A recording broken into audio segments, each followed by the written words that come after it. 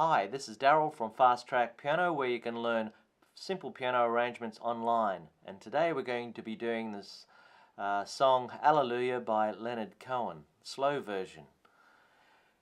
It's been arranged in the key of C major. That means it uses notes from the C major scale. This is how you play the C major scale. First finger on middle C,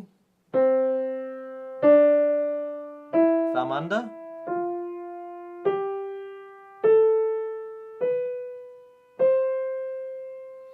and the left hand will be using chords from C major, of course, and here are the 6 most common chords of C major. C chord, D minor, E minor, F, G, and A minor. Now in bar 7 of this arrangement we have a chord which is not E minor but E major, and it's got a black note in the middle.